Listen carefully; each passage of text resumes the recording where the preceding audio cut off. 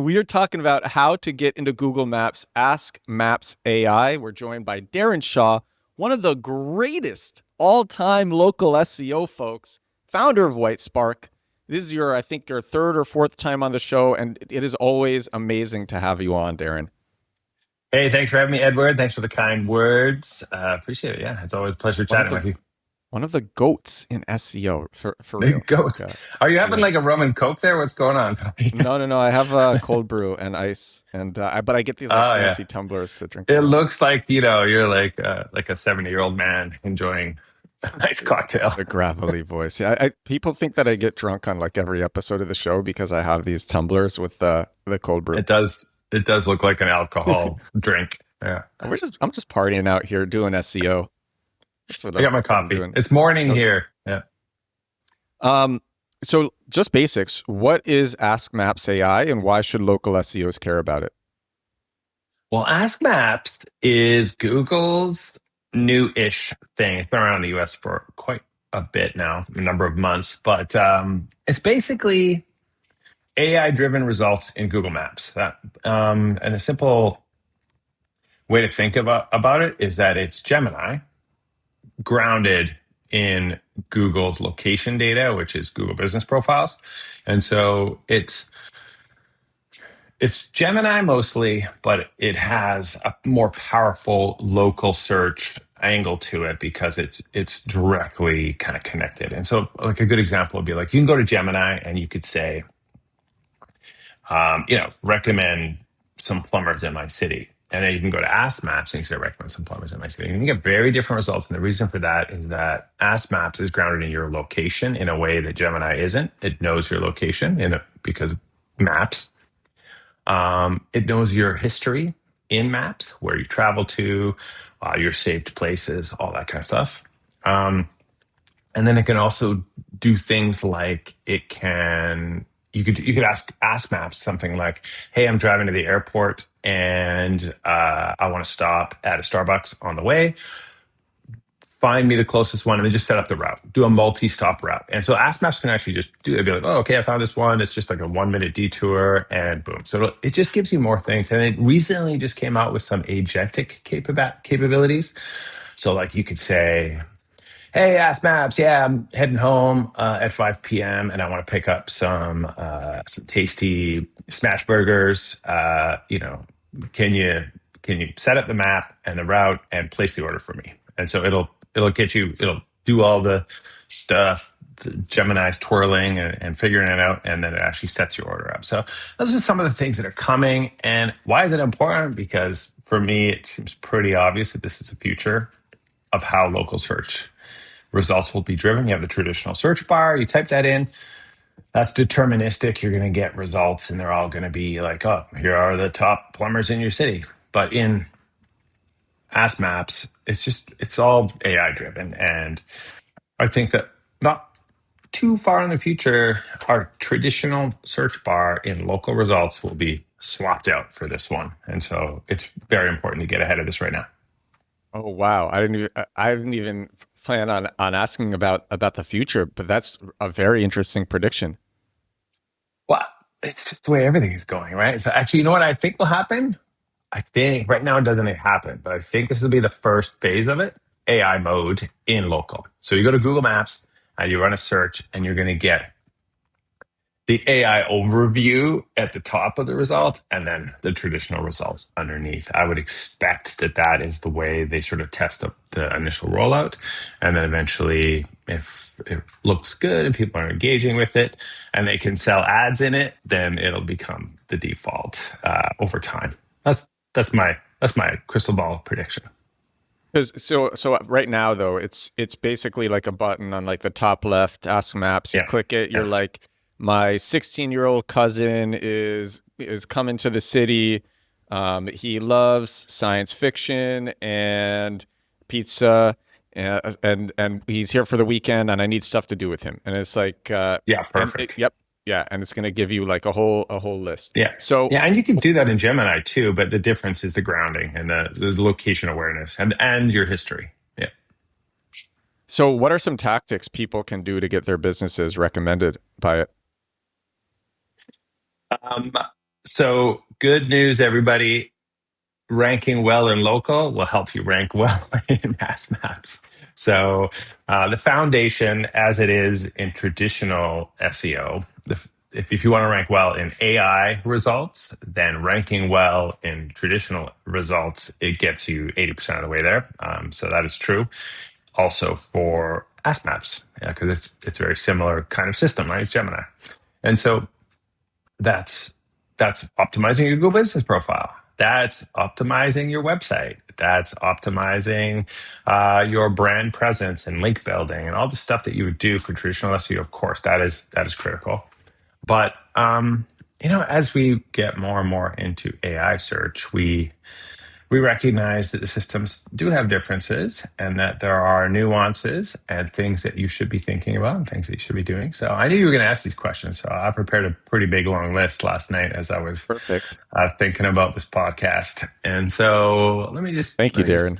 Let me scroll through it. Okay.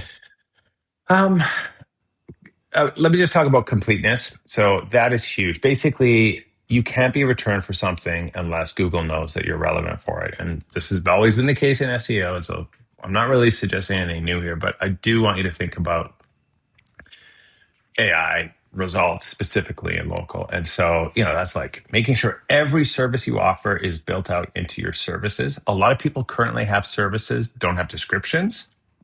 Major fail. Make sure that you go through your services and have a good description of every service. That information is being pulled by Ask Maps and it is being referenced when they return businesses. So if you're the only one in the city that does sewer drain camera work with a very specialized camera, say that. Put that information about your business in your Google Business Profile. The services section is very underutilized. Same thing with the product section. You can actually slam a lot of really good information into the product section of your Google Business Profile. Description optimization is an AI tactic in two ways. One, a lot of people have a Google Business Profile description that they wrote. It's talking about the good vibes of their business. It's not talking about their services. It's not talking about what they do, why they do it, all the important details that you would want to be returned for AI. And so optimizing that, like taking a pass through your description, and then go and update all your citations with that description. It's not just on Google. You want the broader web to know that about your business as well. So I think that's a big miss, but they added citations 10 years ago and then they haven't looked at them since, right? So go and update all your business listings with a much more beefy description that is really focused on all the different things that you do. That is what's key. And we're thinking about service business, or if it's product business, then you're going to think about what you sell and what your differentiators are, that kind of stuff. There's an attributes section that often gets overlooked in the Google Business Profile. Make sure you fill that out. Keep your hours up to date. I do see them referencing Google Posts. So Google Posts are good to do. You should do them. How often? I like once a week.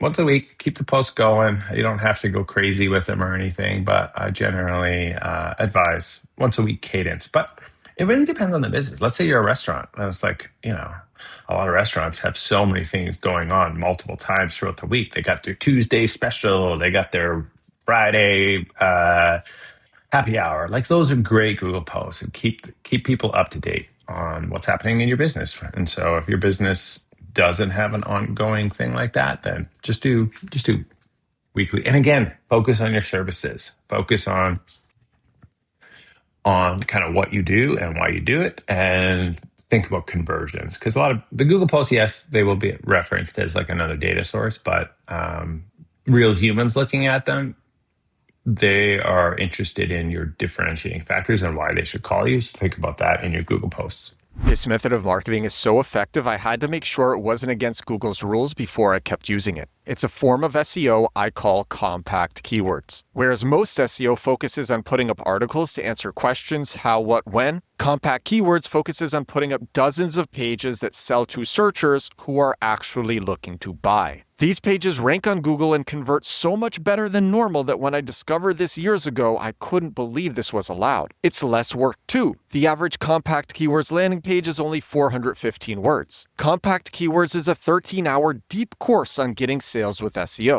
A customer said, "We spent nearly $18,000 in the last year and a half on marketing and SEO through different agencies locally, and that did nothing. We decided to take the leap on the compact keywords course. We're now getting about 6 to 8 calls per day on a good day, which is just unheard of." Another customer said, "Give it to a junior employee, have them follow it exactly as Edwards laid out. You don't have to do anything, and you're going to gain a 6-figure SEO level employee just by having them go through this course." Compact Keywords is about setting up an SEO funnel that brings you sales for years and years and years. It works with AI, it's less work than traditional SEO, and it makes way more money. You can get it now at compactkeywords.com. Back to the podcast. Social profiles. If you haven't connected your social profiles to your Google business profile, you better do that, because that connection of that business entity with your social feeds, it's super valuable. Google is pulling them in. That's why they gave us these fields to fill them out.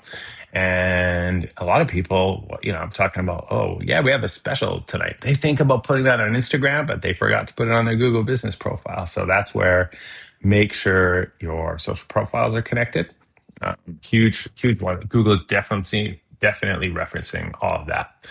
And then if you're not active on social, get active on social. It shows life in your business, right? So I would say that's a big one for sure.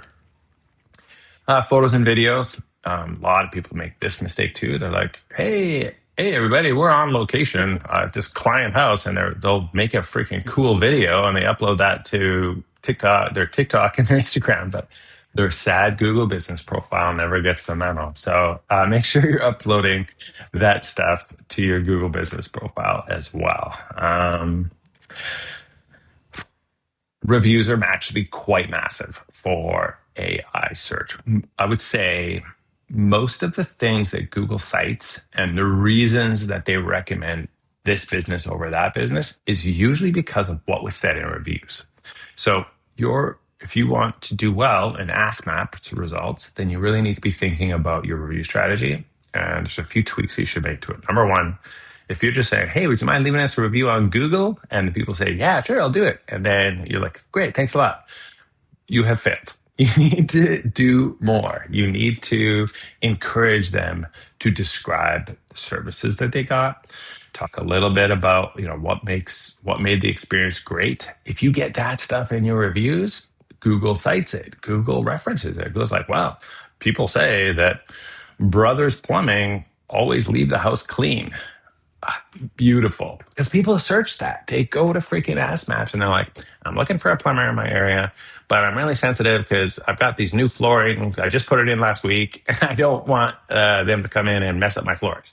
And I'd be like, oh, no problem. Let me look ahead. Well, everyone says Brothers Plumbing is very careful and they do a great job. So that is where you need to step up your review strategy, and you need to be trying to get more. And Mary Mellis just published a new post on the Whitespark blog where she investigated all those different extra questions that Google will ask when you leave a review. That is great data to mine what is important to Google. So you can take a look at that on the Whitespark blog. But the real takeaway is you want to mix up your review requests. Sometimes you might ask for this little version of it, and sometimes you might ask for this. So generate a number of different review requests. Hey, would you leave this review? And could you mention this, this, and this? And then another one is, hey, could you make sure you mention this, this, and this? You just want to get that data into your review corpus. So reviews, yeah. And then diversify your reviews. Make sure that they are on a number of key sites. So you can usually identify what they are if you just go like, take a top competitor, and be like business name reviews. You can see what are the sites that Google puts in the search results. You can say, do it with multiple things. You'd be like, my own business reviews. You can see where Google's pulling from. And so it's Google, of course, is number one, but try to get reviews on other sites too. Especially it's the industry specific sites. So if you're in home services, it would be like Home Stars is a big one in Canada, Home Advisor, that kind of stuff. Review responses didn't used to matter much. People always say, I should respond to reviews because people might, people will see that and it's important. So that advice still stands. But there's a new reason, and that is because AI will reference review responses. And so that's just another data source. And so how you respond, what you say in your response, they do somewhat get considered in the responses that AI will generate for your business. So wait, for a business owner who's listening and they're like, so do I need to put my keywords in my responses? Like, I thank you for don't. coming to Joe's emergency 24-hour. Yeah. Yeah. I think you could zhuzh them a little bit. You can just zhuzh them up, but don't be stupid about it. Like, Yeah. if you want Google to know that something, and I want to get to this. I want you to ask me the question about using Ask Maps as a research tool. So just planting that seed for you, Okay. because how you respond to reviews, what you want to judge with, you can actually get that information from Ask Maps. So you just want to judge them up, but don't keyword stuff. Be normal, be a human, because you're still not writing your responses for the robots. You're writing the responses for the humans that will read them. So, but yeah. Anyways, review responses. And then you should embed these great reviews on your pages, your web pages, especially your service pages, especially if they're mentioning specific things. I think that's a miss that a lot of businesses do. I don't know. I got website section. I got data cleanup section. I got social media section. Why don't you pull out some of those and ask me? I got branding, offline stuff. What do you want to ask about? Well, yeah. So, okay. Well, I got to ask about Ask Maps as a research tool. Like, Okay, yeah. yeah, you're gonna Um, tease me with that. Come on. it's kind of amazing. So I think this is, maybe everyone listen up. I think this might be the most valuable part of this episode you're going to listen to. Ask Maps is kind of cool because you've just connected a really powerful AI to Google's business profile database. And what can you do with that? So much. You can just ask it shit and you get answers. So like you could be like, I wrote some examples down for plumbing businesses in Edmonton. What are some of the common pain points people mention in their reviews?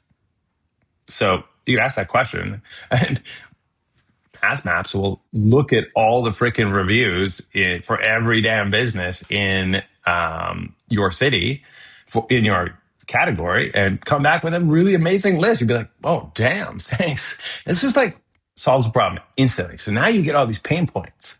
And so now you know that people are complaining that they didn't show up on time. You know that people are complaining that they didn't keep the place clean. People sometimes complain that something was damaged, right? And so now you have all these talking points. So first, those are, let me take one step back. Before you ask about common things in your city, ask about your own damn business. What are people saying about that insert business name here? What are people complaining about in the reviews? Okay. Yeah. I hear you, Google. We got to fix those things in our business. It's come up a few times, right? So that's a good example. But you can ask about all the other competitors in your category too. And now you build out this list of pain points. And with that list of pain points, you can then address them in your responses, just kind of zhuzh them in. You can address them in your service descriptions on your Google Business Profile. You can address them on your website. And so these are conversion based signals. So you take a pain point and you turn it into a special call out on your website, be like, we are the plumbers that always leave the place clean. Like that's a very specific thing. And make a Google post about it. Make a damn Google post saying, we are the plumbers that always leave your place clean. So you can get that data right from Ask Maps. You can just ask it and it'll give you the answer. Another one would be, you can ask this question, which I think is quite useful. You can say, what are the most important third-party websites that plumbers in my city should be listed on that Ask Maps references when building its responses? I just told you the most important citations for your industry. So, all right, thanks, Ask Maps. And then the same Thanks, Darren Shaw, question for that prompt. or is for reviews, right? Like, oh, what other sites? I know you care about Google reviews, Ask Maps, but what are some other sites that you reference for plumbers in my city? Oh, I reference Home Advisors and Home Stars, and I'm like, oh, thanks for the info.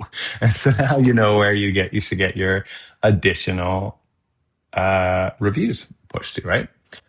I have, okay, this might be the wow moment on the podcast. So you can ask, I can't believe this works. And I think I understand how it works after playing with it. So you know how a service area business on Ask Maps, you can't see their address? Well, Ask Maps will tell you their address.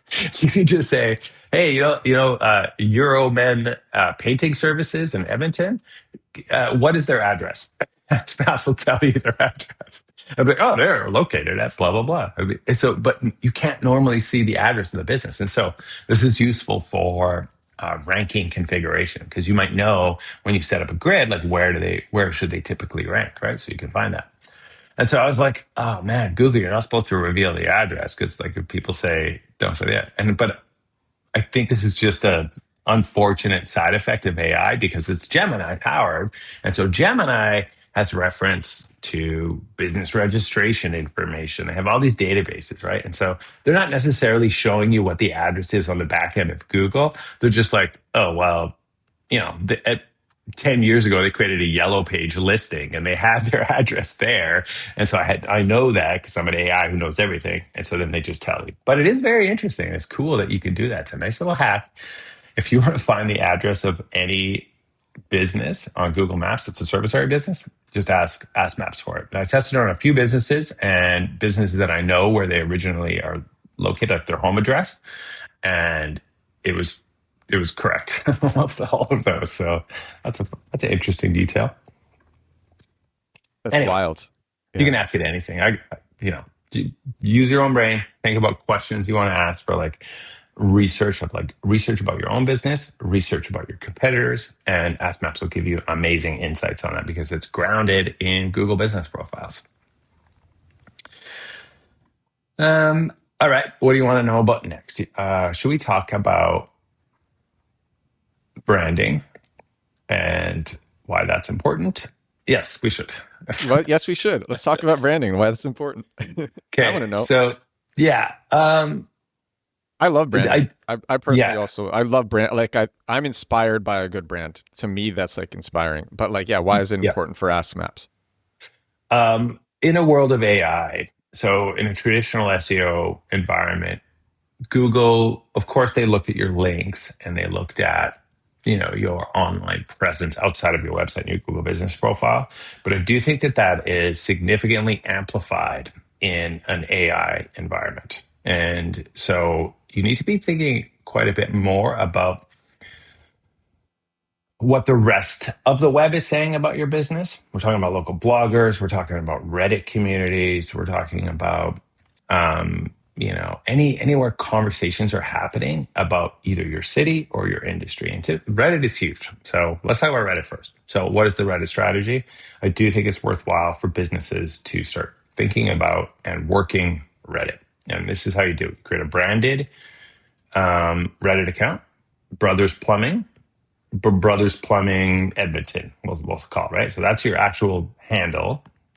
And then you monitor the /city subreddit. You can use a tool called F5bot. It's free and it's freaking amazing. It's like someone posts something and within like 5 minutes you get an email being like, someone asked a plumbing question on /Edmonton. Yeah, I don't know if you use it, but it's so good. I use it. I use it every day. It's crazy because I get a lot of mentions. It's perfect. Yeah. Yeah, it's so good, right? I don't know why it's free. I was like, it's crazy. I don't know why this is. I deliberately, I felt bad, and so I'm like, I don't get any extra value out of your pro plan, but I'm going to pay for it anyways because I want to give you money. So I signed up for that thing, and you should do that too. Yeah, just give it. It's so money. Valuable because it's crazy that it's free. Yeah, I know. So F5bot will track mentions, and so if someone mentions these specific plumbing things in your city subreddit, then you are just a helpful citizen, Brothers Plumbing Edmonton, and you jump in there and be like, here's how to solve that. And you don't pitch your services. You just be a helpful guy. And then the other one is to monitor the plumbing specific subreddits and then getting involved there too. So that's a Reddit strategy. And then this is very important. People might make that handle, but then Google doesn't know that those Reddit conversations are specifically associated with your business. So make sure you link to your Reddit from your website. So you can't connect a Reddit profile to your Google Business Profile, but you can connect it via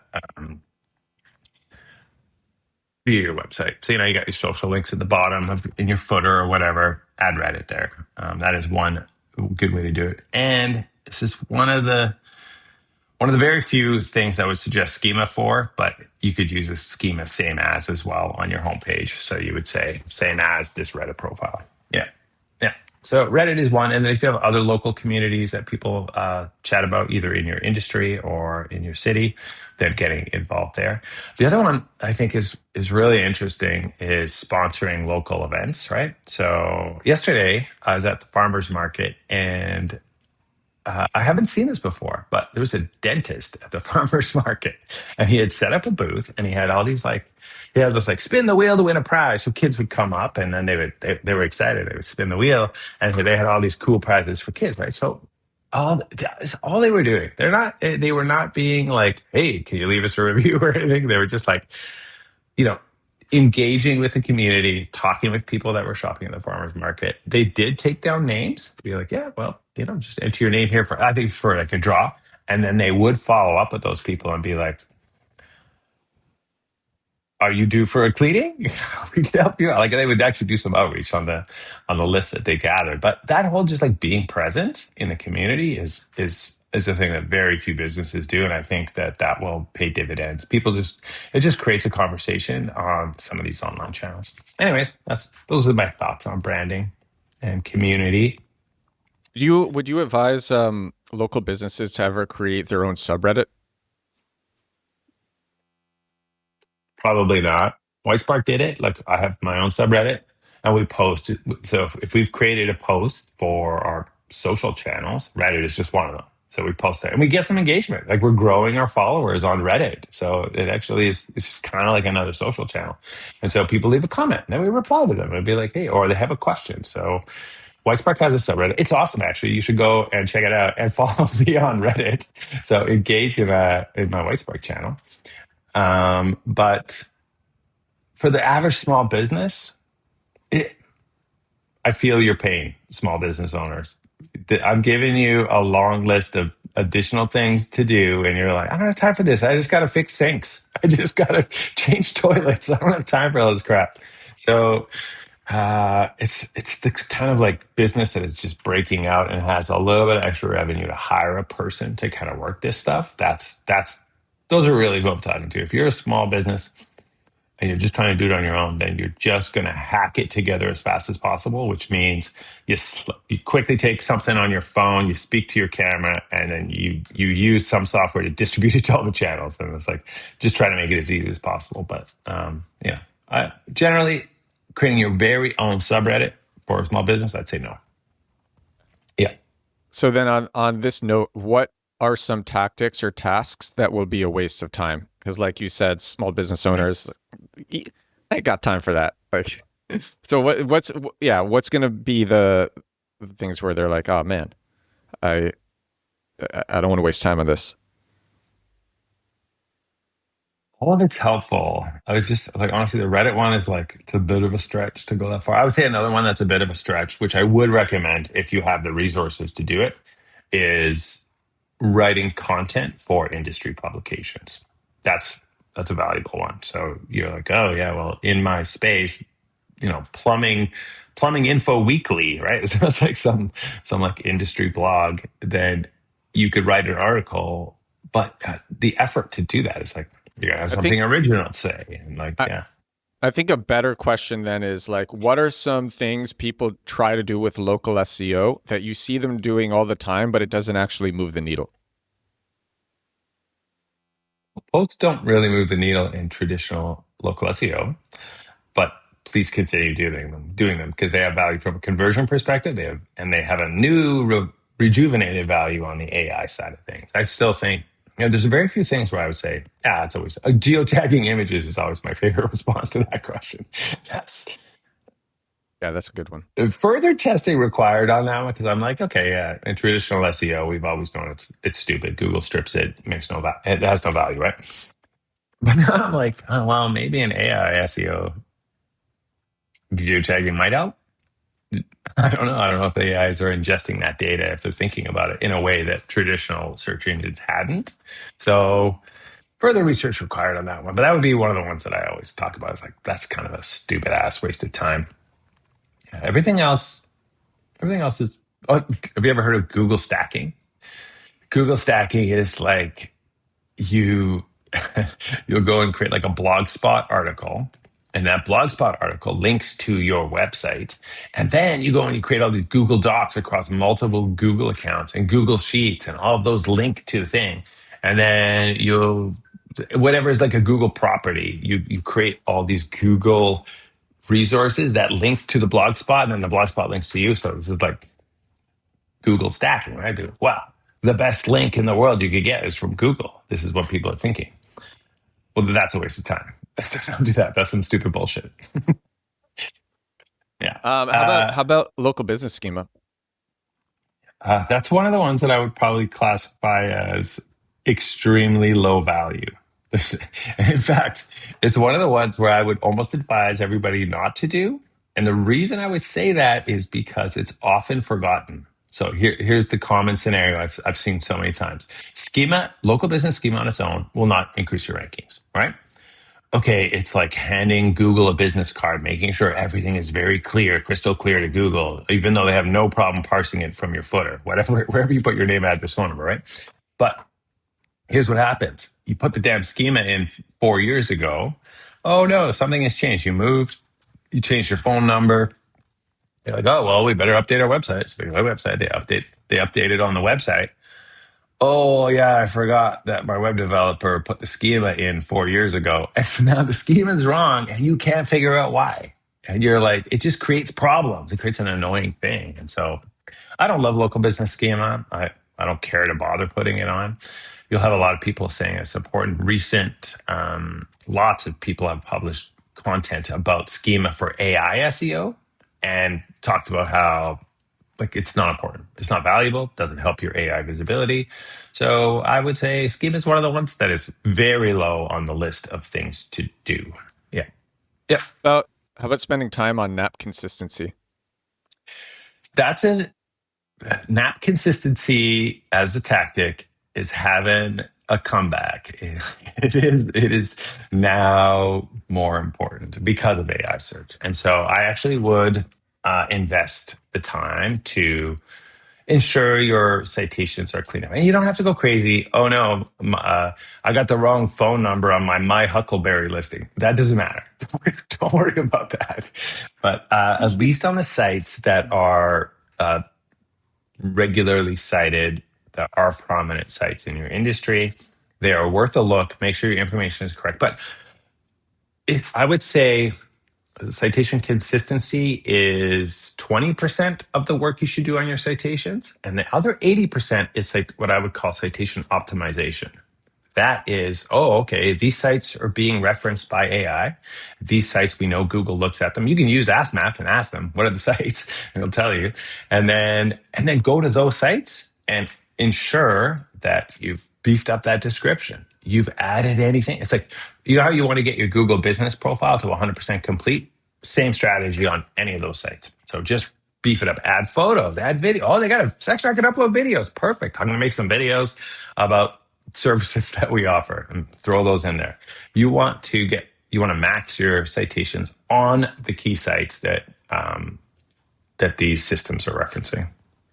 So yeah, you were talking about this before, but how important is website information, like the information on your website and the pages that you have for influencing Ask Maps?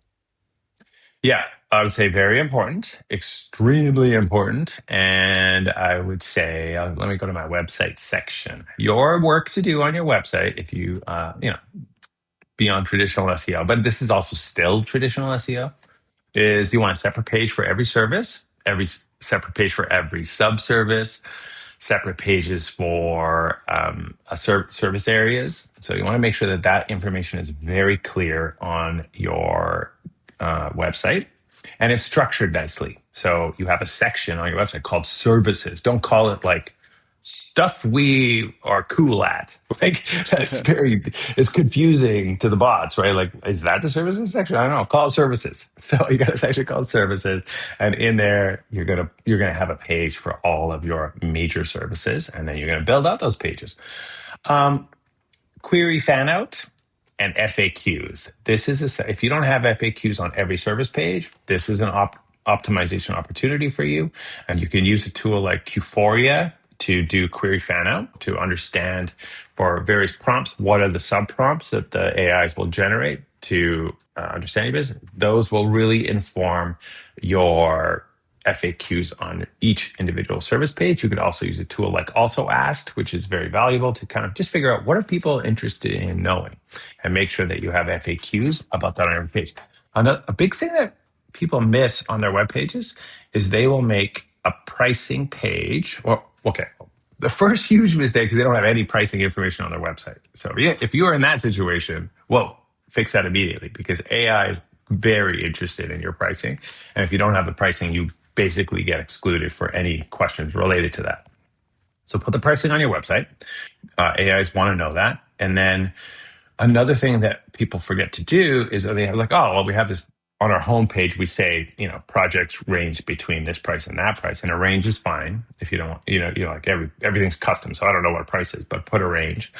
And then do that on every individual service page. In the FAQs, how much does this service cost? How much does drain cleaning cost in Edmonton? And then you have an FAQ for that. You'd be like, our projects typically range between this and this, but things can get complicated and then they could get into the higher range. But typically these projects fall in about this range.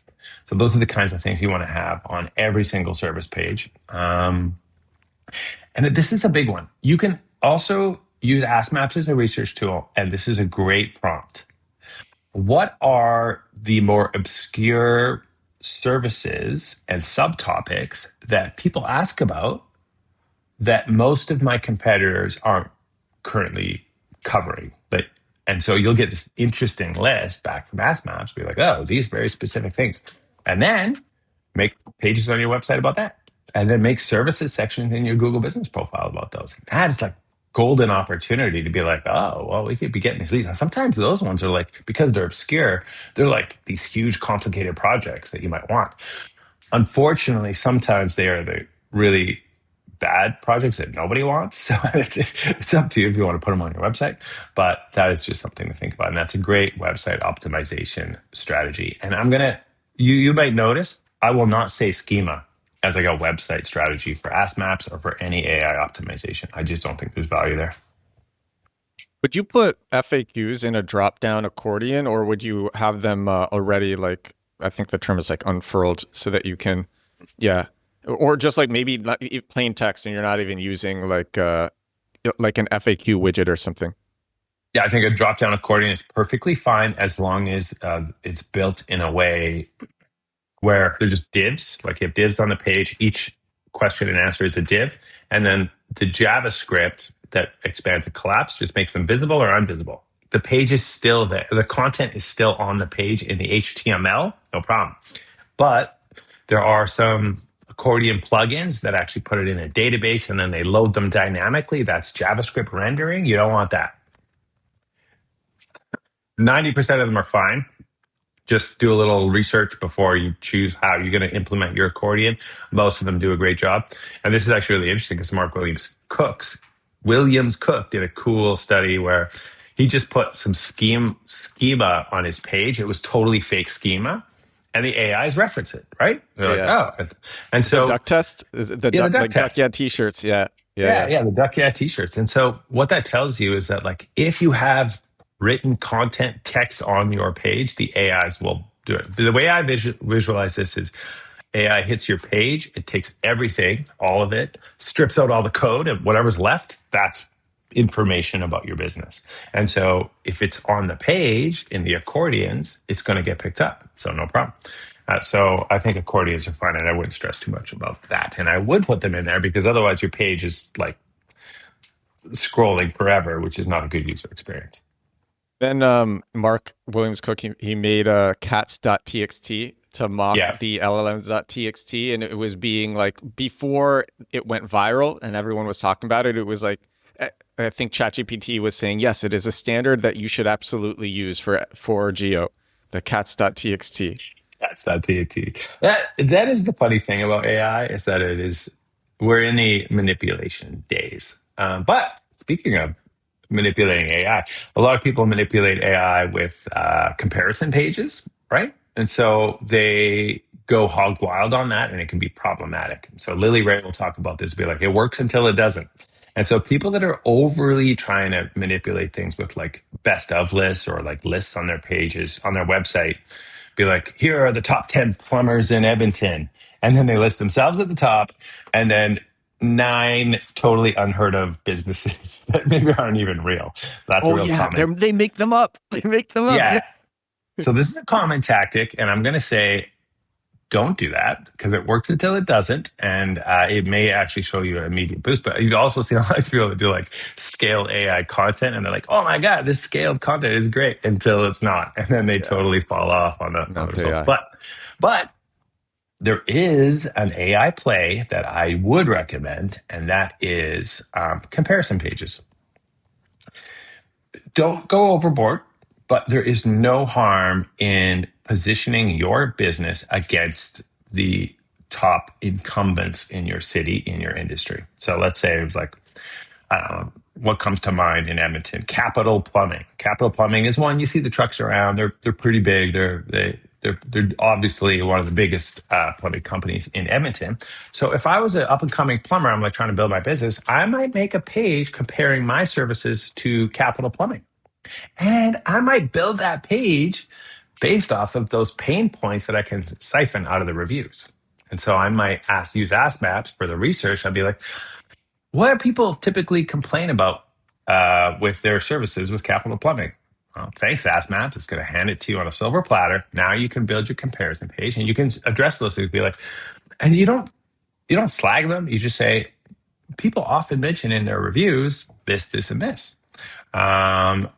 People often highlight in our reviews how we are contrasting to that. I think a handful of those kind of comparison pages are smart and useful, and they would absolutely impact your AI visibility because comparisons are a huge thing of what people do when they are searching on AI. Does for Ask Maps, does proximity dominate, or can a stronger business get recommended even when it's farther away? What a great question. So proximity is absolutely critical, as we have learned over the years, trying to optimize for local results. Proximity is less important in the AI results. And another huge factor is that AI-driven results, including Ask Maps, are very probabilistic. And what that means is that, let me just describe what deterministic is. The results are already kind of predetermined. Like they change, they fluctuate with algorithms and things shifting. But if you just did a search and you get like, people in your immediate area to run a search for plumbers in Edmonton, you're all going to get roughly the same results, right? And if you searched again in 5 minutes, roughly the same. You might see a little variation because things are dynamic and they're always shifting. That's the traditional SEO result. In AI results, they're always freaking different. Like you run a search, and you're gonna get one set of results, and then I'm gonna open a new tab or run the exact same search, you're gonna get different results. And that's because AI systems are probabilistic. And so it does appear that the Ask Maps results are less concerned about proximity to you.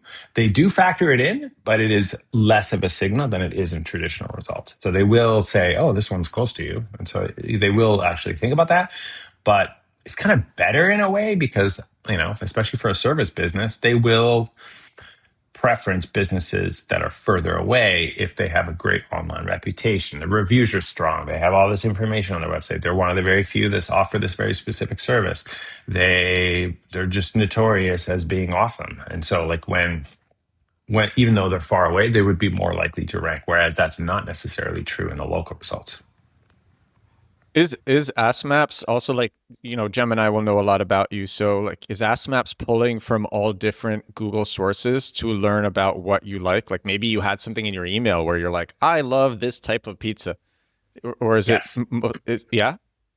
So Ask Maps, that is one of the things that differentiates it from Gemini. So in Gemini, you can like run searches and it'll tell you what it knows about various businesses, and it'll give you even local results in there. But in Ask Maps, if you have opted in, So it will ask you to be like, hey, do you want to give us access to your email and your calendar? If you do, we can really customize your results to your preferences. We're going to know so much more about you.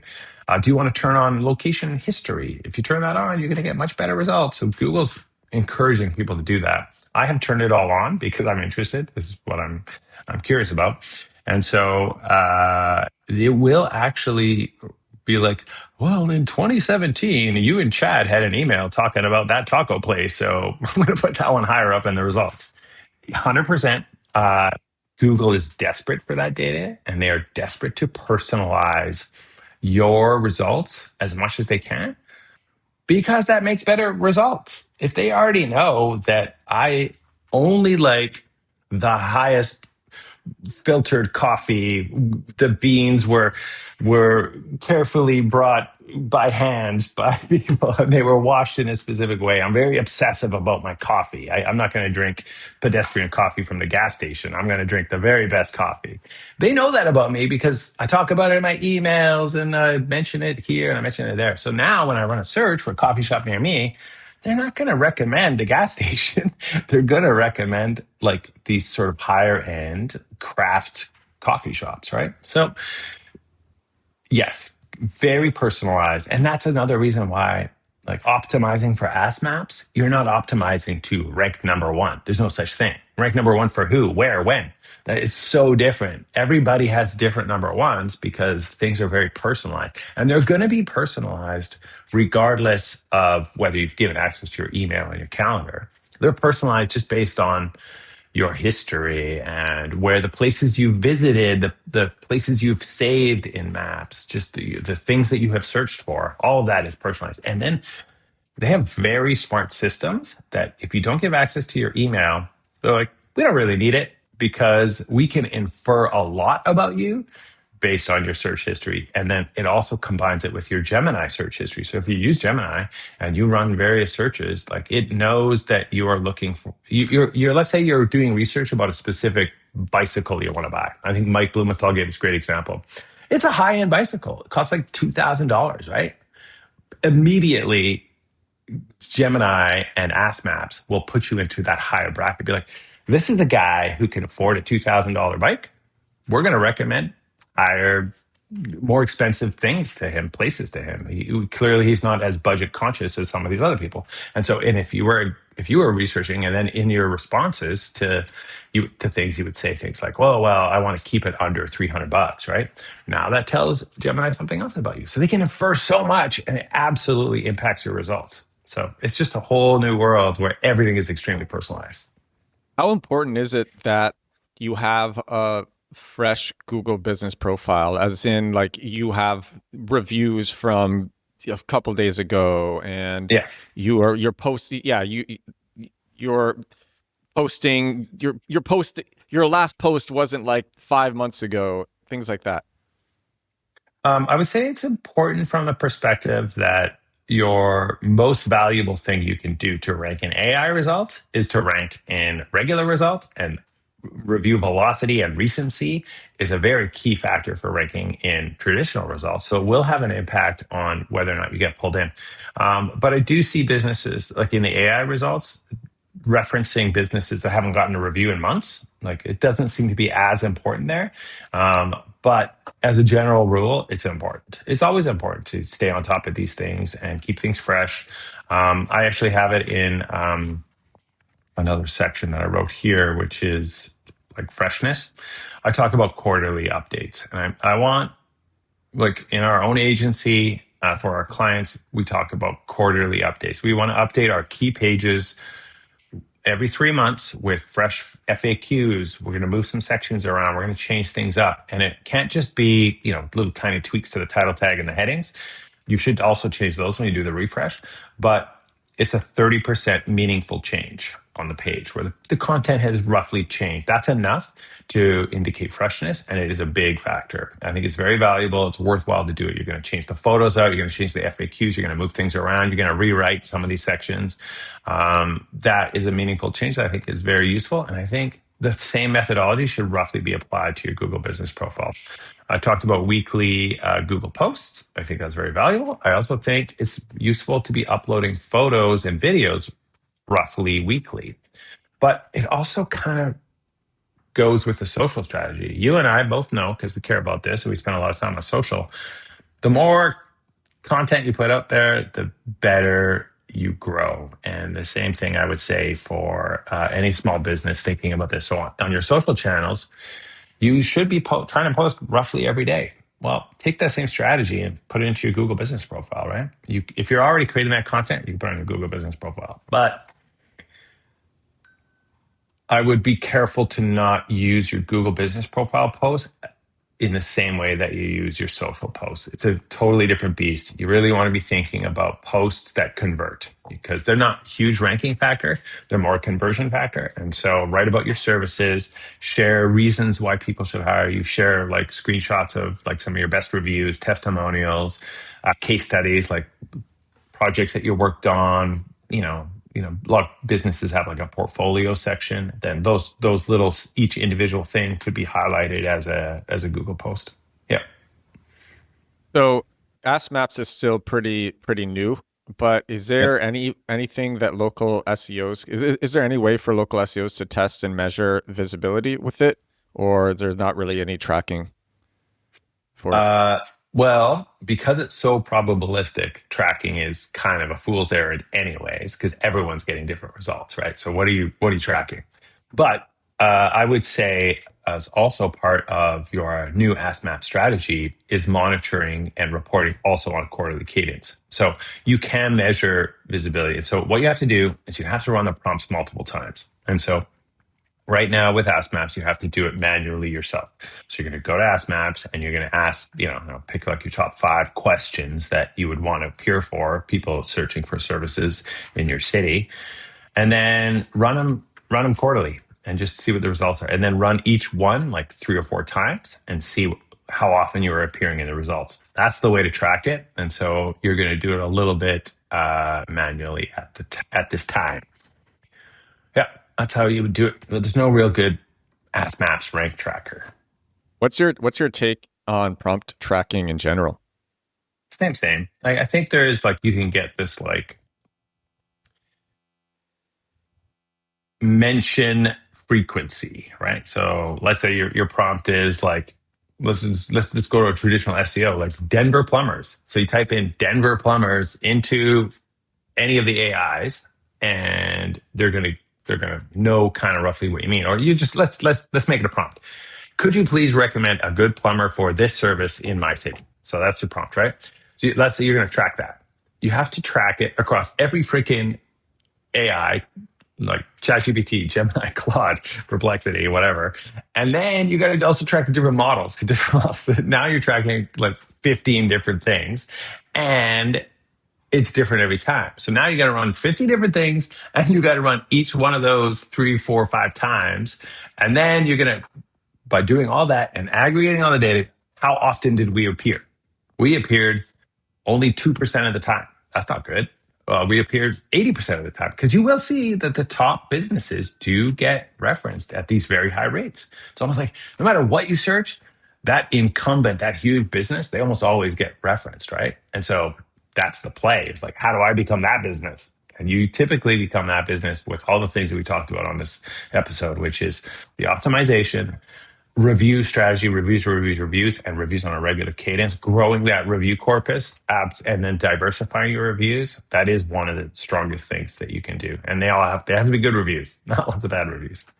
Yeah. So this is my last question. We've talked we've covered a lot on this episode, and going back to like that small business owner who's like, look, this customer just came in. I got to unclog this toilet. I got so much to worry about. Yeah.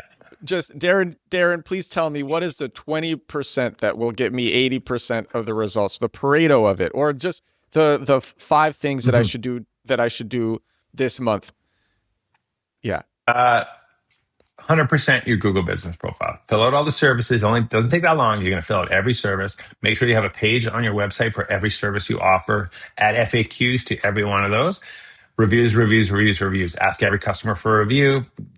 hound those people for follow-ups, get those reviews. That if you did only those, you'd be getting 80% of the way there. So it's like relevancy reviews. So it's very traditional, what I would have recommended 5 years ago before AI for local SEO. So I would say those things will do most of the heavy lifting for you. One of the legends in local SEO, local SEO and SEO, Darren Shaw. Thank you again, Thank everybody. you. So Whitespark is services and local SEO software. And you should use our local ranking grid software. It is like, okay, so people use like Local Falcon or whatever, and cool, good job. You guys made good software. We made better software. It's really good. The local ranking grids at Whitespark is absolutely phenomenal. If you test it, you'll be like, wow, this is freaking awesome. So I would encourage you to check out our local ranking grid software if I was to direct you to anything that Whitespark could help you with. What are the top things people do with Whitespark? Citations. So we have a whole listing service, and it's a huge part of our business. So people use us to audit and clean up their citations or build new citations. That's a big part of our business. And then the local ranking grids is a huge part of our business as well. And we have a local rank tracker that does traditional organic rank tracking and that kind of stuff. I'd say those are the main things. But we do a bunch of other stuff too. We work with multi-location businesses, and we have a whole agency side of the business where we'll help businesses rank at Google and improve their AI search. Yep.